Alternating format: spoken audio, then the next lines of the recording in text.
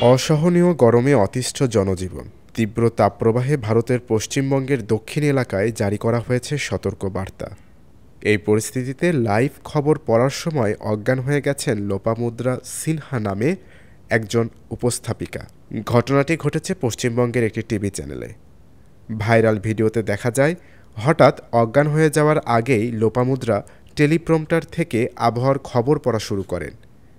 ওই টিভি চ্যানেলের news floor শীতাতপ নিয়ন্ত্রিত হলেও এদিন তা কাজ করেনি বলে জানান ভুক্তভোগী।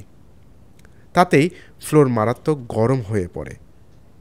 নিজের ২১ বছরের ক্যারিয়ারে এই প্রথম এমন ঘটনার সম্মুখীন হলেন লোপামুদ্রা।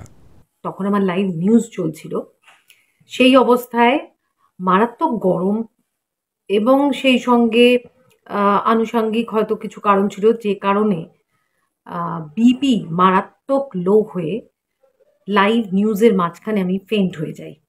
তিনি দীর্ঘদিন থেকে দূরদর্শনে সংবাদ পাঠ করছেন।